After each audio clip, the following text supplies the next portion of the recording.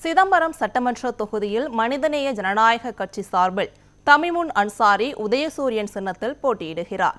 வருகின்ற சட்டமன்ற தேர்தலில் சிதம்பரத்தில் போட்டியிடும் தமிமுன் அன்சாரிக்கு இந்த தொகுதியுடன் நீண்ட நாள் தொடர்பிருப்பதாக கூறப்படுகிறது.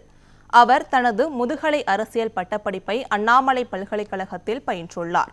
மேலும் 2021ஆம் ஆண்டு தொடர் மழையால் சேதமடைந்த சிதம்பரம் கோவில் குளக்கரையை சீரமைக்க நிதி ஒதுக்கப்பட்டதற்கு நன்றி தெரிவித்து சட்டமன்றத்தில் உரையாற்றியிருந்தார். அதேபோல் அண்ணாமலை பல்கலைக்கழக மாணவர்களின் கல்வி கட்டண குறைப்பு கோரிக்கைக்கும் ஆதரவு தெரிவித்ததாகவும் மாணவர்களின் போராட்டம் வெற்றி பெற சட்டமன்றத்தில் குரல் கொடுத்ததாகவும் கூறப்படுகிறது. தற்போது சிதம்பரம் தொகுதியில் போட்டியிடும் நிலையில் தனது கல்வி பயின்ற மண்ணிலேயே அரசியல் பணியாற்ற வாய்ப்பு கிடைத்துள்ளது தனக்கு ஒரு உணர்ச்சி மிகுந்த தருணம் என தமிமுன் அன்சாரி தெரிவித்துள்ளார்.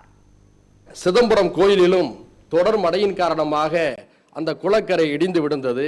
உடனடியாக மாண்புமிகு முதல்வர் அவர்கள் அந்த சிதம்பரம் கோயில் குளக்கரையையும் நாங்கள் சீர்படுத்தி தருவோம் என்று சொல்லி நிதி ஒதுக்கியதற்காக என்னுடைய நெஞ்சார்ந்த பாராட்டுகளையும் நன்றிகளையும் நான் இந்த அரசுக்கு தெரிவித்துக் கொள்கிறேன்.